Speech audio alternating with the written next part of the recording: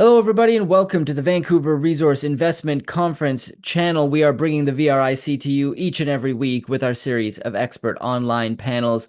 We have a sequel today to discuss the precious metal space. We've got Andy Schectman from Miles Franklin Precious Metals. We have Craig Hemke from the TF Metals Report. We're going to be discussing not only precious metals, but the broad economy, some geopolitics. Two guys I always love chopping it up with. Gentlemen, welcome back to the show.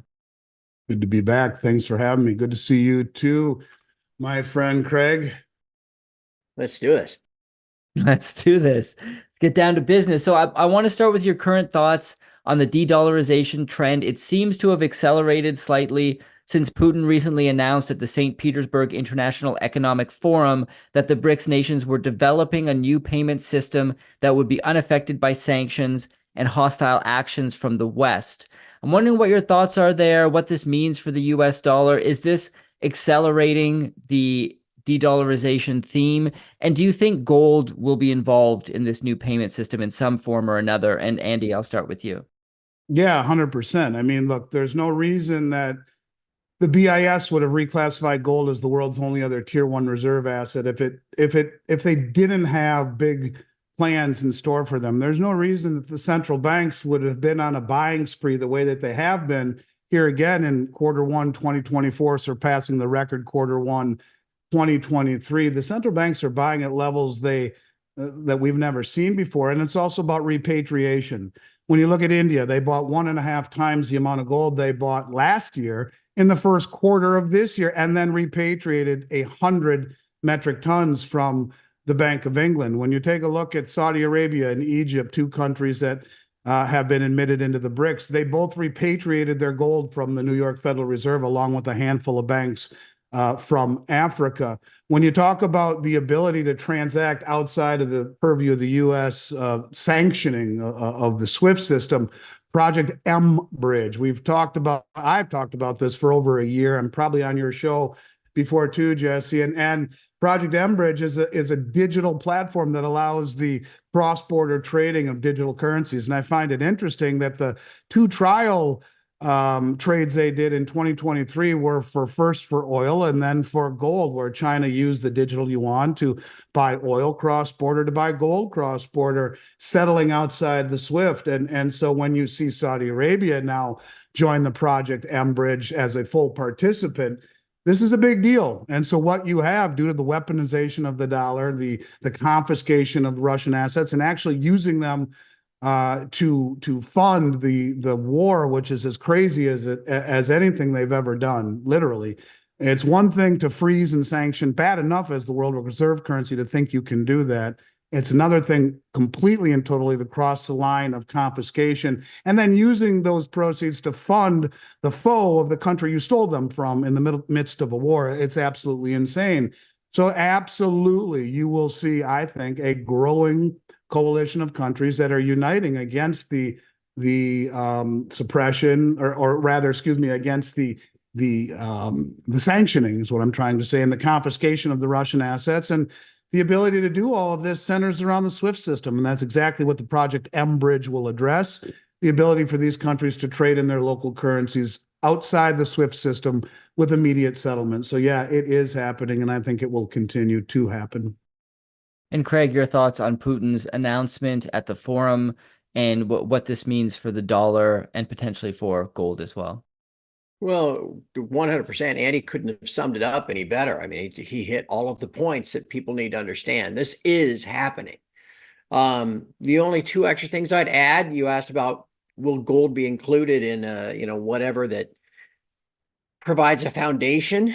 Of course it will. That's how it always works. To the dawn of mankind, most recently coming out of Bretton Woods. If you're going to have a trading currency, you have to give it something, give it some gravitas, as they used to say, right? Something that gives you some confidence to actually use it. And you'll back it with gold. Now, whether it's fully backed with gold or partially or whatever, but the gold will be using that. And Andy pointed out exactly how these global central banks are accumulating gold because of that. The only other thing I want to add is I always sense Twitter, even on my site sometimes, people look at this as some kind of like a binary deal. where you're going to wake up one day and the dollar has this power, and then one day it just doesn't.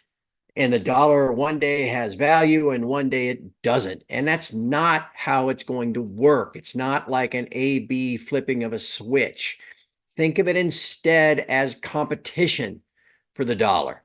Okay, siphoning in a way demand for dollars, right? We've been able to print and go $35 trillion into debt because we've been able to shovel all these dollars offshore, and then they get recycled back into treasuries, held onto other countries' balance sheets.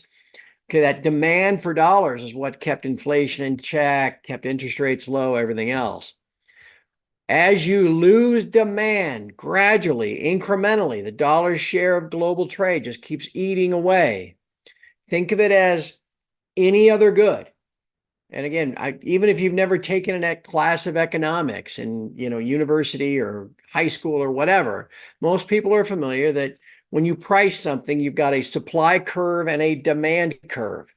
And where those two meet is the price. And if you have an excess of demand and a drop, or excess of supply and a drop in demand, those curves shift and you get a lower price. And that's what we're talking about here. Demand for dollars falling, while the supply of dollars inevitably increases, another $2 trillion in debt this year. So you're decreasing demand, increasing supply. I don't care what it is. Oranges, new tires from Goodyear, any good. The price is going to go lower if demand is falling and supply is increasing. And that's what we're talking about here. Decreasing the value of the dollar means it means inflation, means a higher value for our hard assets like precious metals. That's just how it works. That's Econ 101.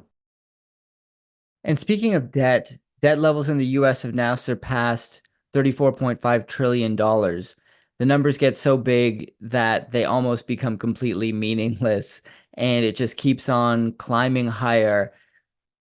How is one to wrap their heads around this and how it all comes to an end? I've spoken to some people like Tom Luongo who believe that wars are being waged to run cover for a reset of the banking system and a potential introduction of a CBDC. What are your thoughts there, and any other thoughts you have on how this out of control debt really comes to an end? Where are we at in that scenario at the moment? And Craig, I'll start with you on this one. Well, my side has always been based on the idea that we are at the end of the great Keynesian experiment. Keynes being the godfather of this debt-based system, but even he was as outrageous in his support of this kind of thing as where we are now. At the federal government, maybe a lot of people didn't see this, back on about the 10th, I think, put out a report, the monthly budget for May, a $348 billion with a B dollar deficit for just the month of May. Okay, now we're not going to run that every month. We're not going to end up, what is that, 4.2 trillion on a run rate. There'll be months where tax receipts pick up and all that kind of stuff. But by the time the fiscal year ends at the end of September, it'll be at least 2 trillion. But this is out of control. And that's what happens. You have to keep printing more and more cash to try to get some growth, to generate tax receipts, to cover the cash is used to cover the interest costs of the accumulated debt that's all there. And the thing just does this. It just goes out of control. Tom is a brilliant guy. He's absolutely right. It's how governments have covered things for years. Don't look over here. This is all blowing up. So look over here. Usually the transition from one country having the power of the reserve currency, that transition does not occur peacefully. Okay. That's not something that, this was great, but we don't want it anymore. Here, you take it. It doesn't really work that way. So yes, that. I think it sounds cynical to look at the world that way, but I don't think there's anything wrong with being cynical at this moment in time. This change is coming, whether it's orderly or not, whether, and it's that shift of reserve currency status, towards co-reserve currency, whatever it's going to be, but also the debt is unsustainable. Okay, well, it's 35 trillion. So why can't it be 45 trillion? Yeah, you're probably right.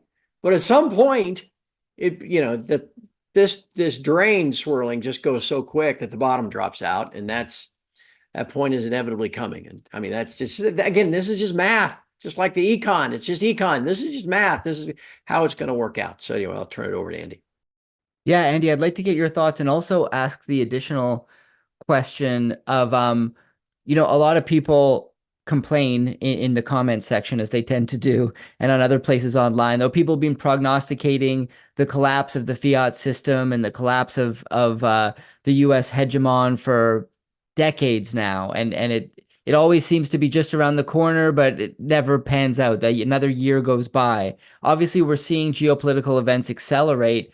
Could this take way longer than most people think? Could we be decades away? Could we all be dead by the time this occurs? Or is this something that's going to be somewhat more imminent than that? What are your thoughts? I don't know. Let me try and show you something here. You see that piece of art right there? Yes. Little by little, then all at once, right? Yeah. That's logarithmic decay, and you could argue that that's happening. The decay of the hegemony has been happening little by little by little by little, and then bang, all at once moment. We haven't seen that yet. But let's first quantify things, because as always, Craig has a great view on things from a macro perspective that really don't require too much more elaboration. But let's boil it down to the micro side of things. And that would be, how big is a trillion? Well, a trillion seconds ago was 31,688 years ago. We're accumulating $1 trillion in debt every 100 days. It took 200 years to do it the first time. We're now doing it in every 100 days. And when you talk about the $34 trillion debt, which is ridiculous in and of itself, that doesn't take into account the 99 trillion shortfall in Medicare Part B, the 22 trillion shortfall in Medicare Part D, the 77 trillion shortfall in Social Security, on top of other things like government and military pensions and other entitlements. We're in essence 200 trillion in the hole. And when you talk about how fast that this is growing, we're adding $100 billion in interest payments roughly every 3.5 to 4 months. Who in their right mind would ever buy U.S. bonds with any duration whatsoever?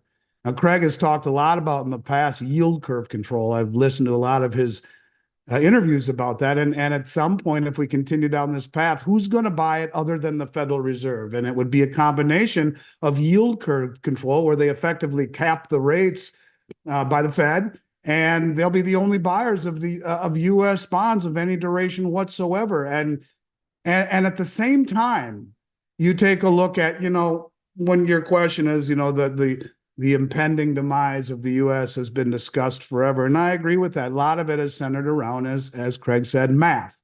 The math of it would speak to that, but it's gotten a lot deeper, right? You look at the lead economic advisor to the U.S. government. He's a fool named Jared Bernstein, who embarrassed himself horribly. Most people watching this have probably seen the interview that was floating around Twitter, where he couldn't explain the way that the U.S. prints money and sells bonds. It was humiliating, certainly. But he's the lead economic advisor, a man who advocates for losing the world reserve currency. He's written reports on it, dethrone King Dollar in particular. But he advocates for losing the reserve status because it's a privilege we can no longer afford due to the distortions and the imbalances that it creates.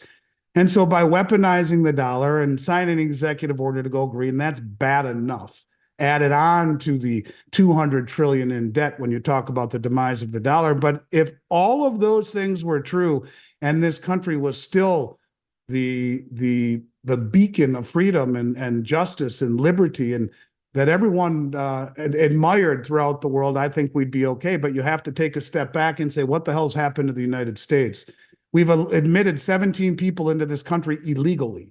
We have borders that are wide open, and our immigration system is a mess. We have a judicial system that many would wonder, is it two-tiered? Is it fair? Is it not? Is it compromised? We have an electoral system that many people would wonder the exact same thing.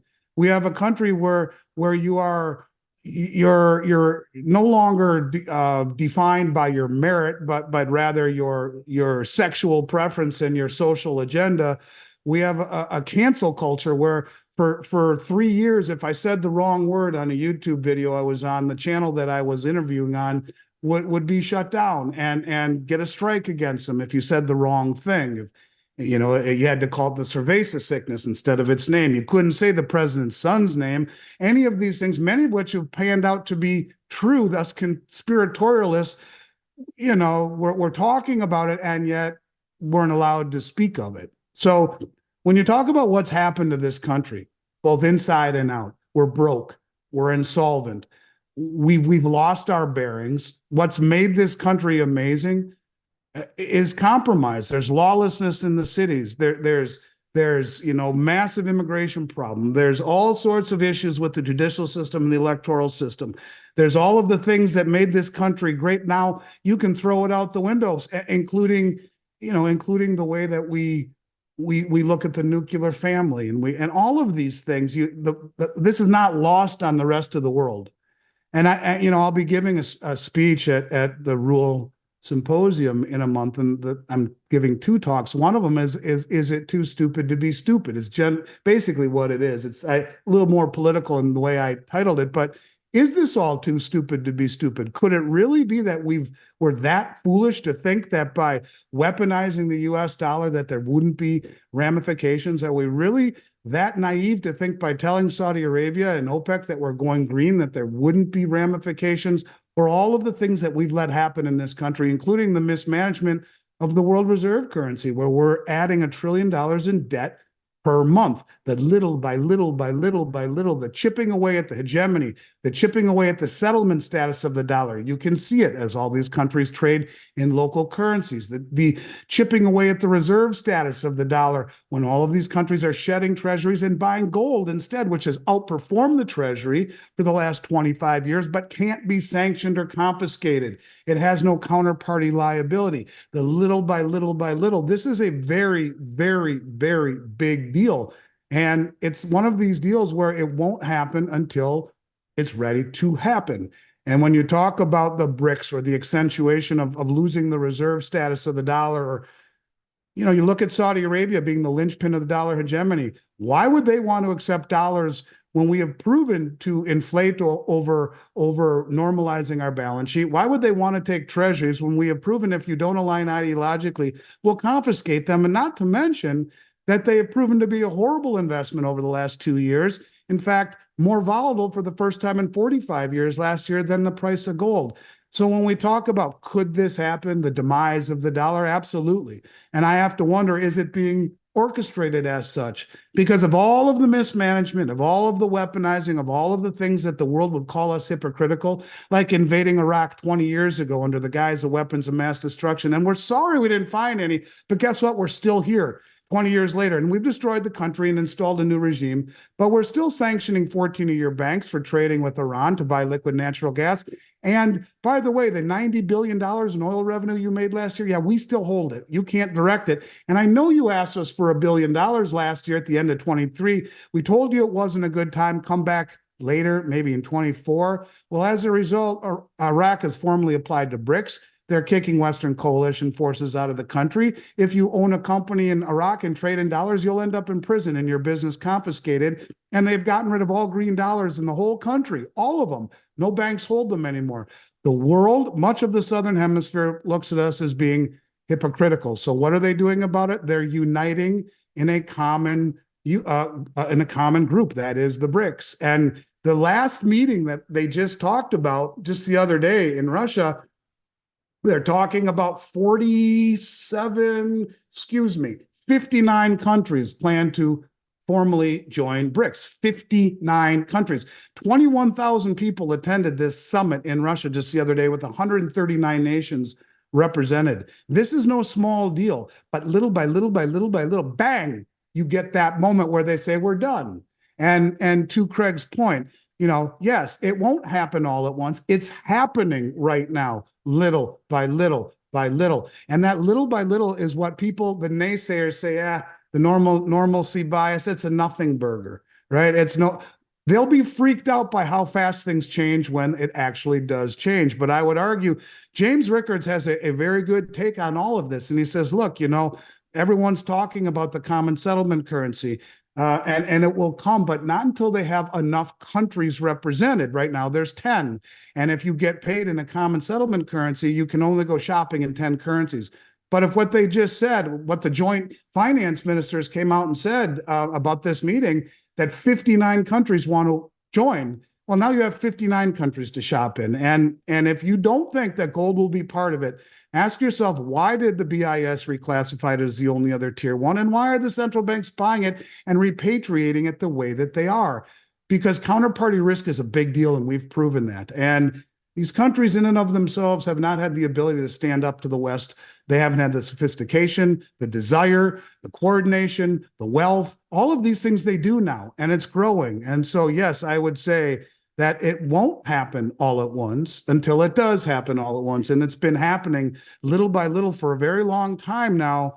And so, yeah, I think we ain't seen nothing yet. And when we talk about a debt, we're 200 trillion in the hole. And the largest asset of the US government is frickin' student debt of $1.6 trillion. Look at their last balance sheet. We have literally 5 trillion in assets, according to the US government's balance sheet, with the largest being student debt. We're broke, we're insolvent, we're looked at by the Southern Hemisphere as being hypocritical. And a lot of the world is saying, what the hell has happened to this once great country? Have they lost their bearings? They are not the beacon of freedom and liberty and justice the way they once were. And, you know, I hate to say that because I'm the least likely person to have ever achieved what I did. And I owe it all to this country that's given me the opportunities to be who I am and to succeed. And I'm a patriot. But I look at what's happening around the country here domestically, where the third biggest building in St. Louis, the former AT&T, one AT&T Center, 144 stories tall, and it was sold for $205 million in 2006. It just sold for $3.7 million. $3.7 million for a 44-story tall office building, the third tallest in all of St. Louis. When I look at what's happened inside this country, I'm horrified, more so than by the mismanagement and brain-dead monetary policy of the Fed. The irresponsibility of the government in fiscal spending and allowing this country to take the turn that it has, to me, is not lost on the rest of the world, and really will go, I think, part and parcel with your question. Will it happen? Yeah, I think it will, unfortunately. And God willing, we have an election where a new administration comes in and tries to right the ship. But ask yourself, have we crossed that line? I hope not. To me, it feels like a glass that we've thrown against the wall and broke into a million pieces. How do we put it back together to get that trust back? When countries think that we'll just take their assets if we don't align ideologically, you've crossed it. And they don't look at us as being anything other than hypocritical. I hate to sound this way because I love my country and everything, all the opportunities it's given me. But I think people, even those who don't pay attention to the same stuff we do, are asking themselves, what the hell's going on in this country? Truly, what has happened? And then you add into it the mismanagement of the world reserve, and it only becomes more likely that eventually this all plays out. Hey, Well, let's Andy, talk about, go hey, ahead, hold Craig. on. Andy, I know we've been waiting to drop this on the world, but it's now, we're into June. The election's only 5 months away. Should we just go ahead and announce the Schectman Hemke ticket? I would love that, brother. I would I mean, love that. I'll even be your vice president. I've been no, following you for as long as I can remember, No, I like to sleep every once in a while. I do not want to be president. Just let me come over and use the bowling You alley. got it, brother. You got it, man. The Schectman Hemke ticket. I can fly on the big planes. I can run the economic, little meetings and all that kind of stuff. Let's do it. Come on now. I'm in, brother. Well, I would certainly take you over the current vice president. That's for sure. God help us.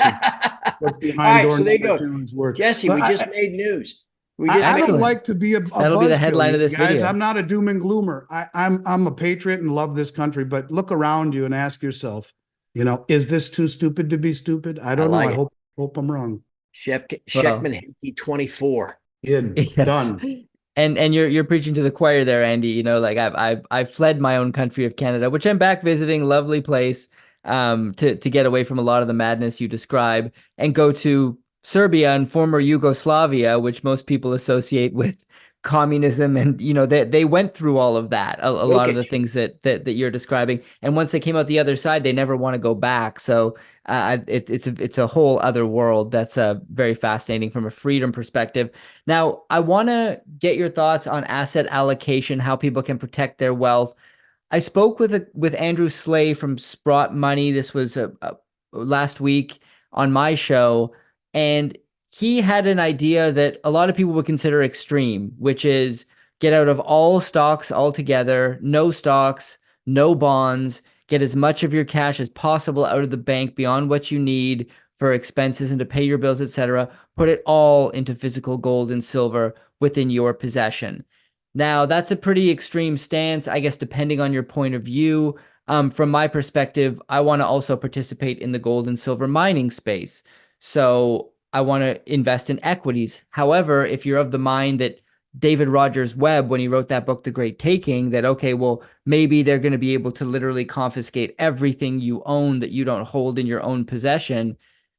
Whether that scenario will play out or not, I see that as more of a desperate thing that maybe they might try to do when they're completely losing control.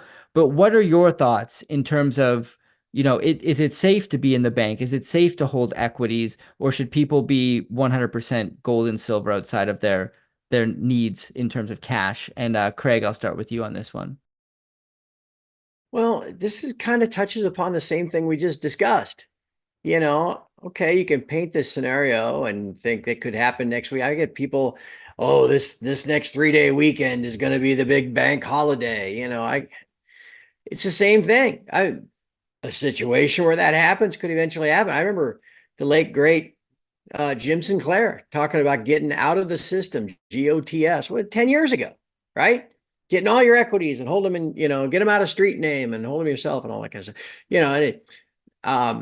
I look, I don't know if anybody's ever called their insurance agent and said, hey, I got $500,000 of silver at my house and I'd like to get a rider for that. They don't generally have those for that kind of protection. So Andy's shaking his head. Is that not true? No, they don't have them. They do not. Yeah. You cannot get insured.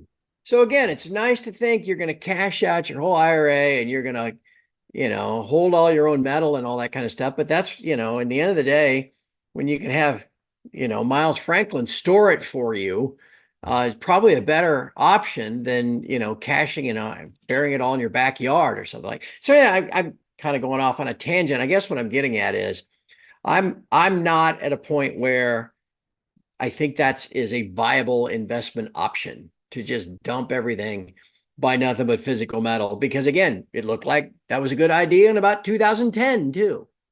Okay. And that's where I said it kind of goes hand in hand with that debt discussion. The debt looked unsustainable at $10 trillion. Now there will be a point where all the, this stuff hits the fan.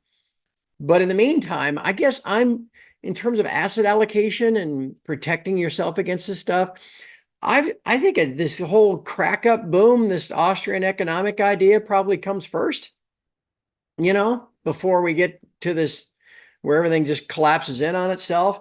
And for people that aren't familiar with that, just Google that term and see what comes up. And that's where so much cash is being created, trying to service and keep the plate spinning and keep the system alive, that it basically goes into everything.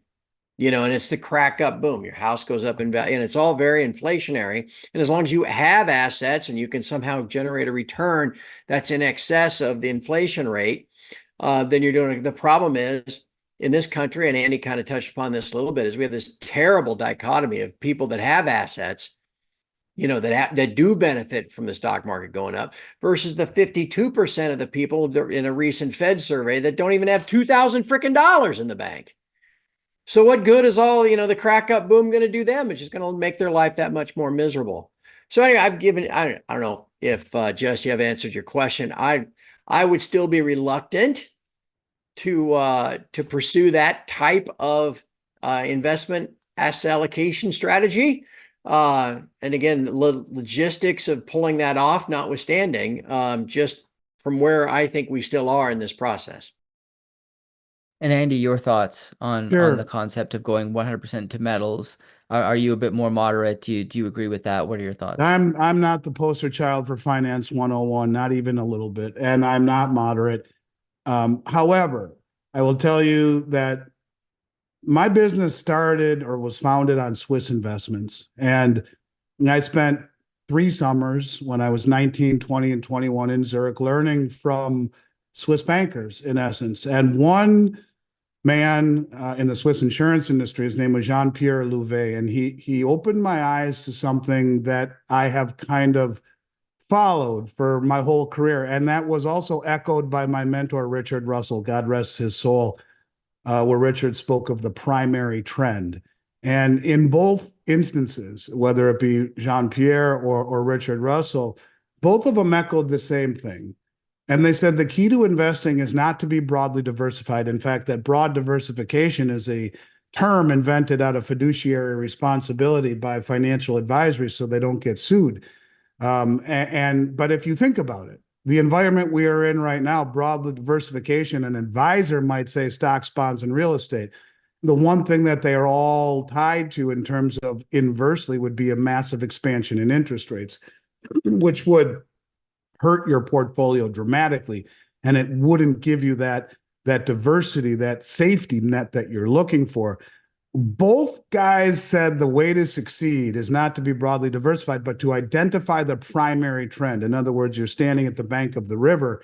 Mississippi River starts up in northern Minnesota, my old stomping ground. And if you jump in, all the way underwater, take a big position within the primary trend, that's step number one. Step number two would be, well, you've identified the primary trend. To me, it is ultimately of a dollar that loses value. Then you broadly diversify within it. So that would be precious metals, gold, silver, platinum, palladium. It would be mining shares. It would be agricultural ETFs, or even better, farmland. It would be oil and gas stocks. It would be things that would benefit within a falling dollar scenario. Imagine had you done that 30 years ago in real estate. You buy, a bunch of homes and some condos and some real estate investment trusts and a strip mall, and you're broadly diversified within the primary trend. You kill it. Or you did it with equities in 1982. You started buying, S&P and common stock and NASDAQ and mutual funds and all sorts of things related to the equity market. You would have killed it. So you can be broadly diversified within a primary trend, but to be broadly diversified, period, especially when most financial advisors would tell you broad diversification is asset classes that all come back to the dollar. Having things like precious metals give you, as Rick Rule said it best, if you're not a contrarian, you're going to be a victim. If you're fully invested in dollars, you're destined to go broke. So if you believe, as I do, that the primary trend is of a dollar in trouble, then you broadly diversify best you can within it. That allows you to take part in the mining shares, that allows you to have real estate in the form of farmland or something that would allow you to produce food, would allow you to take physical possession of metals and remove that counterparty risk. But it requires some effort, and it also requires a little bit of courage in identifying the primary trend and taking a big position within it. That to me is how I have operated for 30 years. And just broad diversification to me is a cop-out, and it makes you the best of the worst. It makes you mediocre because asset classes in normal times don't always move in symmetry. Some go up, some go down, some go sideways.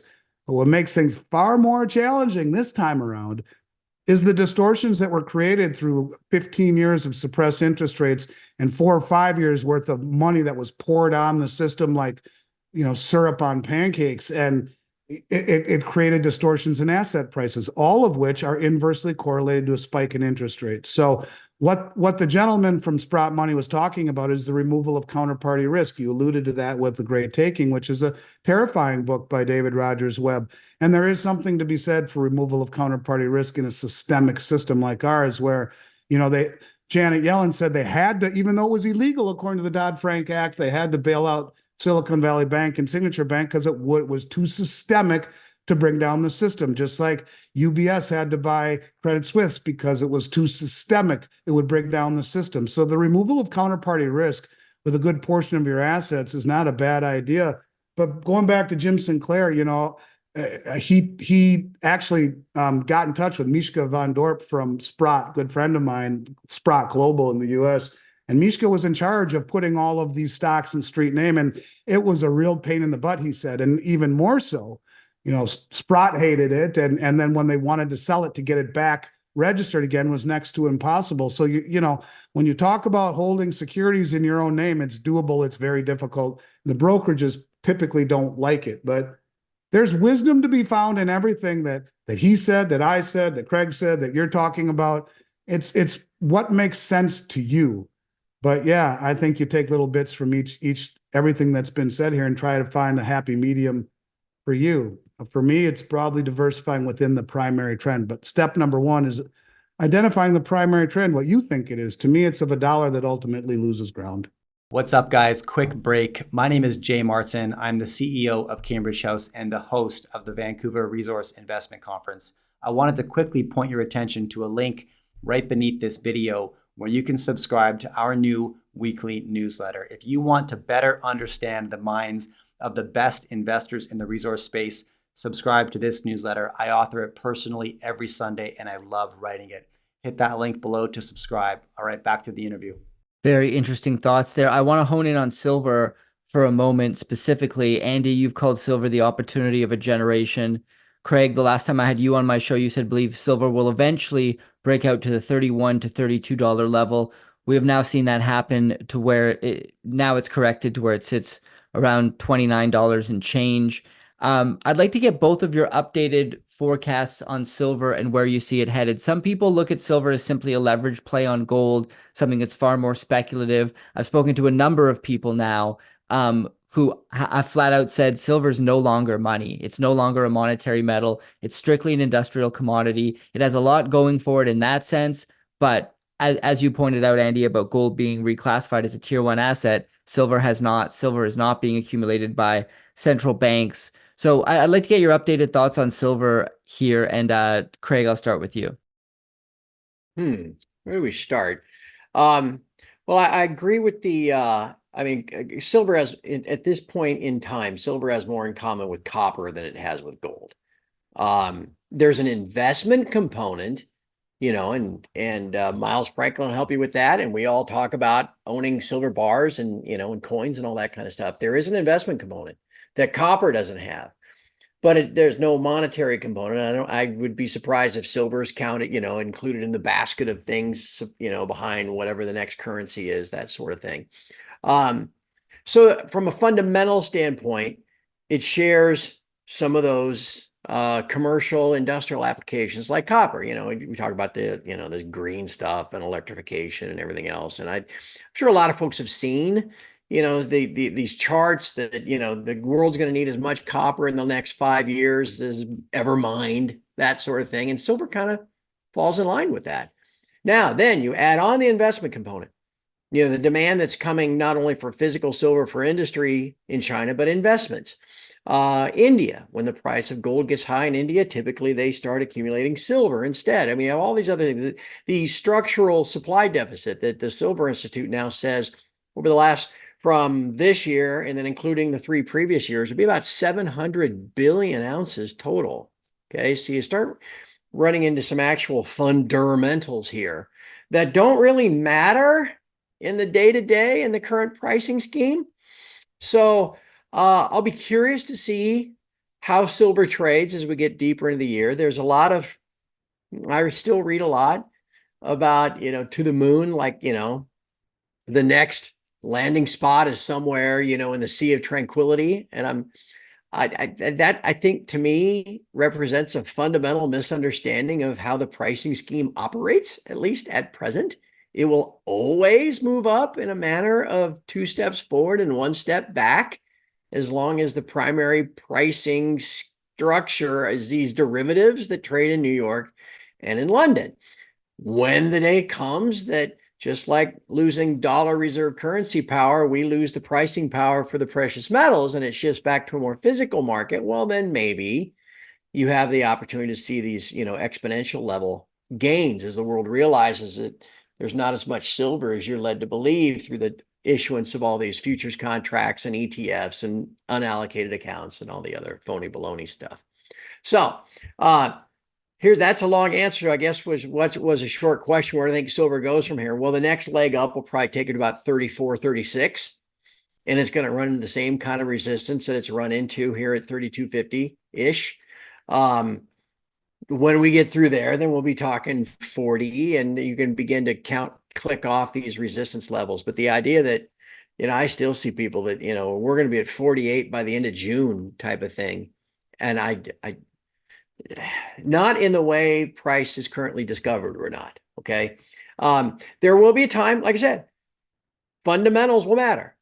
The actual physical supply of said metal will matter. You know, the vaults in Shanghai have gone from, I think it was, what was it? I don't want to get my numbers wrong.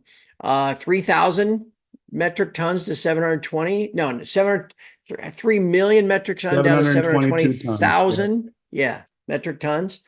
That's going to need to be replenished, right? So where's that supply going to come from?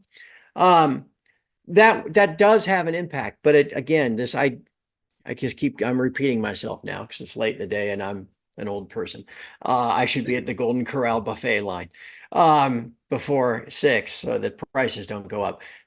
You got to watch these things when you get older, right? And so anyway, price is the fundamental case is great. The risk reward is great. Even here, what do you got? A couple dollars a downside versus, whatever to the upside. But the idea that it's going to move really, really fast and, you're going to make, this huge amount of money before, like Halloween, I don't think we've seen a possibility of that before. Yeah, Chen Lin actually made a call on this channel and a few others that silver will be $50 at some point this month. So we'll see. We've got a little over half the month left. Anything's possible. That would be friggin' great. Andy, Yes. would you have any problem with that? No, not whatsoever. Oh my God, Jesse, you called me up and Jesse calls me up and says, Craig, you dummy. You thought it would only go to 34 to 36 and went to 50, you dope, and nothing would make me happier. So I hope he's right. Well, I was also speaking with just before you jump into that, Andy, I was talking to Ed Steer today. I was on a call with him, and he said if true price discovery was allowed to happen, if all the manipulation went away, silver could be in the 4 digits. So I'm wondering what your thoughts are on that, Andy, and your general forecast and outlook for the silver sector as we move forward here. Well, I was taking notes while Craig was talking, and because this one might take me a couple minutes. Let's start with you mentioned the central banks aren't buying, but you look at India, they've bought 600 million ounces in the last 2.5 years. That's a tremendous amount of silver. In fact, you talk about how much that really represents. There on COMEX right now, there's only about 60 million ounces backing the registered category, even though those are the bars that are for sale. Those contracts have been rehypothecated or sold over about 1,700%. So 17 people hold the same contract that they all think they own a claim on silver. If everyone stands for delivery, that's a problem. But that's nothing compared to what's happening on the London Metals Exchange, right? On the London Metals Exchange, they openly admit that they trade 290 million ounces of silver per day, right? 200. That's an awful lot of silver per day. But they also have come out recently and said that the numbers that they quote as settling are roughly 10 times understated, because if I buy 20 contracts and sell you 30, that's a net 10. So, or if I sell you 30 and buy 20, that's a net 10, not the 50 that I did. And so only 10 is counted, which would mean they're trading 2,920 million ounces a day, or 3.5 times global mine supply per day. Now, here's where it gets interesting, right? You take a look, and I've talked ad nauseum about the bleed down in the exchanges. First, it started with COMEX. You had the rise of the others, this third group of reportables on the COMEX that believed to be sovereign wealth funds, and taking huge deliveries starting in 2020. And then it went over to the exchange for physical off the LBMA. And London says they're at their second lowest amount of silver held in the 140-year history of the exchange. And here's where some interesting thing happens. You talk about the Shanghai vaults. Craig did. He mentioned the lowest level they've had in a very, very long time, in years, on the Shanghai Metals Exchange, bled down to what amounts to next to nothing, right? In terms of actual numbers, they have, what did I just say that they had? 720 million ounces. Is that right? I think that's what I said. But here's the deal.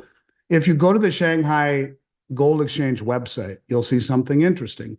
And that was starting the second week of March, you had Deutsche Bank, HSBC Bank, Standard Chartered Bank, and JP Morgan all show up one week after another, after another, after another. And from the first one that showed up, their inventory started falling like this. Now you look at the amount of silver that India has imported. And now the rumor is China is doing the exact same thing. That China is having a hard time getting gold for immediate delivery. They're telling their people to buy as much silver as they possibly can. 1 billion people buying silver as much as they possibly can. Have these banks gotten themselves trapped when you are selling 3.5 times global mine supply every single day?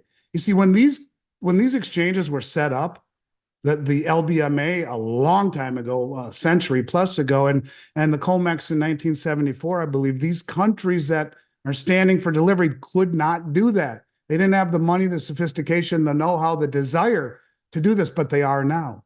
They're standing for delivery. I'm going to give you an example. Just about 3 weeks ago, 4 weeks ago, Friday, off of COMEX, someone had delivered what's called exchange for physical to BRICS Hong Kong, which is a COMEX facility, right? So someone purchased, let me give you the exact amount that they purchased and had delivered to BRICS Hong Kong, 243,054 ounces. That's 7,560 kilobars of gold that were shipped out. That's $571 million worth of gold that were shipped out of the COMEX, delivered to BRICS Hong Kong, and the rumor is they were then trucked to the Shanghai Gold Exchange, which they are then sold to the rest of the world. So we are aiding countries like Iran, who are sidestepping sanctions by selling oil to China for yuan and then converting it into gold immediately on the Shanghai Gold Exchange into kilo gold bars that they take off the exchange. Well, those bars came off of the COMEX. So how much gold and silver has come off of the COMEX and the LBMA over the last several years? A tremendous amount. But when you look at the amount of silver that is sold every single day, amounting to far more silver. The LBMA only has 300 million ounces, supposedly, that they can deal with. They have 800 million ounces, of which 500 belongs to the ETFs, so we're told.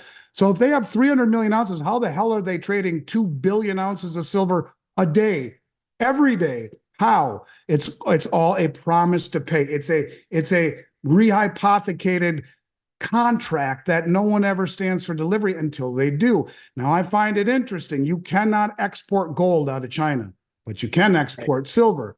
So why would these bullion banks be showing up at the London Metals Exchange with hat in hand? And is it interesting, coincidental maybe, or just dumb luck, that from the second week in March, that they showed up, the inventories of silver in Shanghai have disappeared. They are falling like a hot knife through butter. Was it a quid pro quo? Wasn't benevolent? Yeah, we'll help you out so you don't default on these silver contracts. Now, again, this is supposition, but why are the silver inventories literally falling off a cliff since the second week in March when these banks showed up? And isn't it interesting that the price of silver in Shanghai for the past several months has been exceedingly higher than it is in the West? It's almost $4 an ounce higher for silver to be purchased in Shanghai than it is in COMEX. That reeks of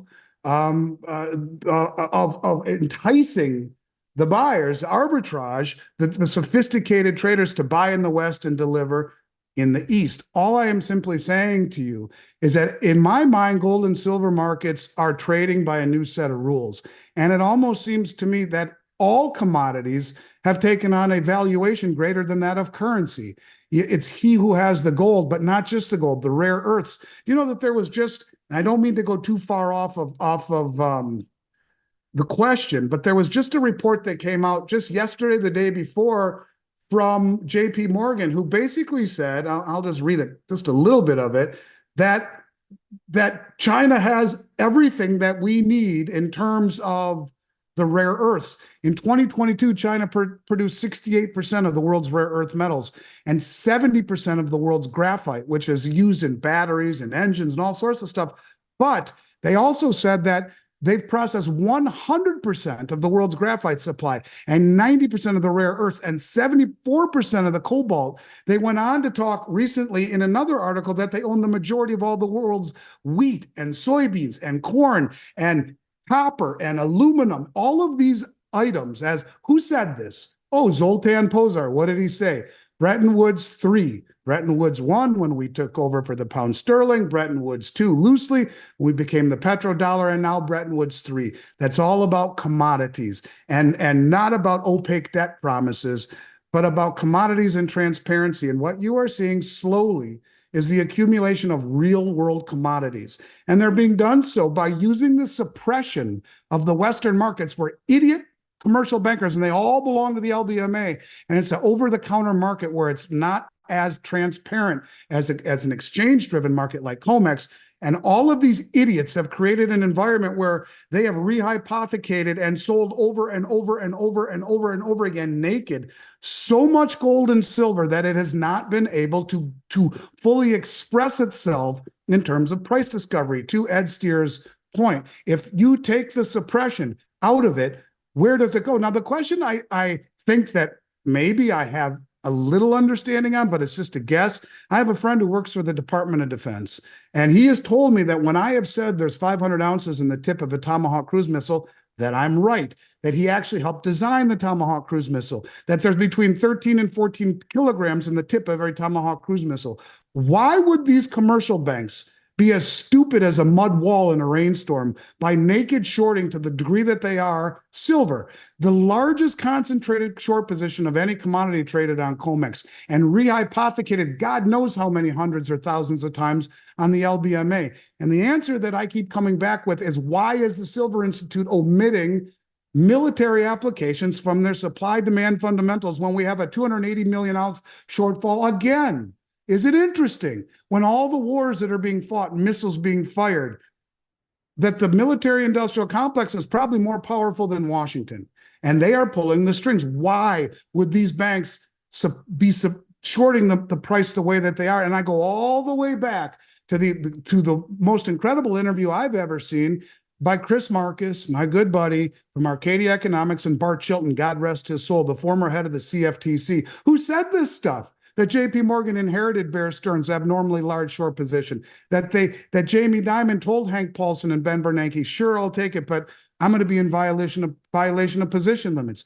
That's okay, Jamie. We'll give you a period of time to get your house in order, get it in order. And at the end of that time frame, Bart Chilton, the former head of the CFTC, said to his superiors, not only have they not lowered their short position, they've increased it. They are in violation of our agreement and antitrust law. They need to be prosecuted. Back down, Bart, he was told. Back down, it's a political decision. Bart died a week later. I'm not saying that there's a coincidence in there, but he did. The point of it is he admitted on a YouTube video on Chris Marcus Arcadia Economics channel that this stuff happens. And all I can say to you is this: you got banks that are as stupid could be, who have naked shorted for years.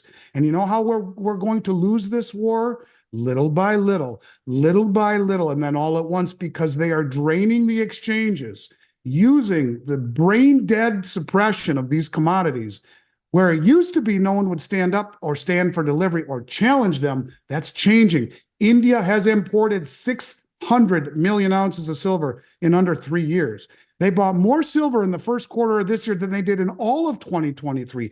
1.5 times the gold in the first quarter of this year than all of 2023. And so the suppression that these brain dead bankers have been using to maintain status quo, the strength of the bond market, the strength of the dollar, or to maintain the military industrial complex's desire to create high-tech weaponry and aerospace equipment and sell it all around the world to fund wars that either we are involved in or funding. Maybe that's why you would have them naked short to the degree that they are, the largest concentrated short position in any commodity traded. Why? That's the point. So all of these things on price discovery and everyone's saying it's no longer this and it's no longer that. That's exactly what these traders and these very powerful bankers and people pulling the strings above them have been able to orchestrate. Now, is it conspiracy, or is it a fine line between it and reality? Ask yourself, why does the Silver Institute omit military equipment from their notes? If you go back, there was this comes from the Pickaxe, John Little, and he is a lightning rod. But I want to read you one thing, and then I'll shut up. This is from a newspaper article in the 40s, okay? 1940s, and it says, and I Quote, the present consumption of silver for war purposes is at a rate of about 100 million ounces a year and is growing rapidly. According to the War Production Board, it is only a matter of months before war demands will have increased sufficiently to require at least 200 million ounces a year. Thus, if estimate is correct, the demand for war purposes alone next year will exceed the total available foreign and domestic production, which combined is about 175 million ounces by some 25 million ounces, blah, blah, blah. This is a newspaper article that came out in 1942. So they used to talk about it. They used to admit that silver was used in military applications. And now all of a sudden, we are led to believe that the nearly, 200 million plus ounce shortfall between supply and demand has no military applications in it whatsoever. And ask yourself, is there a fine line between conspiracy and reality? Is that the reason you have idiot commercial banks suppressing the price to the degree that they are naked suppressing? This is how we're going to lose. This is how India and Russia and China and the rest of the BRICS nations will beat us without firing any weapons at us by blowing up the commercial banks. And is this why those four banks, you go to their website, they show you they were there 4 weeks in a row, and then the inventories decrease. Did they come there and say, listen, we know you don't export gold, but we need some silver, help us? And maybe that's why the price of silver got literally bitch slapped down the way that it did over the last several days. Maybe they're dying to hoodwink the commercial bankers this one more time into going short so they can let go of these shorts. Now that's all pie in the sky hope. Don't know. But what I will tell you is that it is not what it seems. And silver is the most undervalued asset on the planet, and has a myriad of uses from green and digital and military applications. And as the owner of one of the largest metals companies in North America, I will tell you it has experienced a monetary renaissance. Yes, it is not backed by any currency the way that gold supposedly is tier one, but there are a lot of people who think of silver as money, as wealth, and silver has far greater uses. And to Ed Steer's point, has the price discovery in the price of silver because of the naked suppression on the markets is a fraction of what it should be. So one of these days, you can only suppress a market or manipulate it for an extended period of time by pushing it in the direction that it is going. And for a long time, they had carte blanche at doing that. And these countries around the world understand the Achilles heel is actually, when guys said that the Achilles heel of the West is the silver market, I never understood it. But if you realize that it's these large commercial banks, Bank of America, JP Morgan, Deutsche Bank, Standard Chartered, UBS, these banks are naked short huge amounts on both the LBMA and the COMEX. And all it would take is for a big default on one of these banks to set a daisy chain in motion. So yeah, I think they've done a great job at suppression of rhetoric and of price and manipulation and making us all think silver is an archaic relic of the past, has no use anymore, but it's quite to the contrary. And I think that I will go on record again and say that I've never seen, to Craig's point, just a few dollar downside risk, a massive upside. I've never seen an asset class that has this kind of potential with such little downside risk. And yeah, I get passionate about it, but I'm telling you, this is all contrived, and silver is not being allowed to express itself. But that'll change. Physical demand will overwhelm the ability to naked short when everyone stands for delivery. And that's what we see happening and have been for the last few years. It's getting harder to do it. I think it's only going to get tougher. And Craig, any final thoughts you wanted to share to follow up on what Andy, his amazing statement there? I want just to double back on this divergence, the premium in Shanghai versus New York, London. And this thought that I spent a lot of time on Twitter during the day, because it's a great way to find news, and it's a great way to get a whole bunch of different opinions, stay on top of things. The idea out there, though, is that, oh, well, that's just an arbitrage. That'll close that down. A couple of things. One, most folks aren't aware of this. I was tracking exchange for physical trades, EFPs, on the COMEX pretty closely from 2017 to the first quarter 2020, and they just exploded. They were doing 30,000 of these a day. Okay.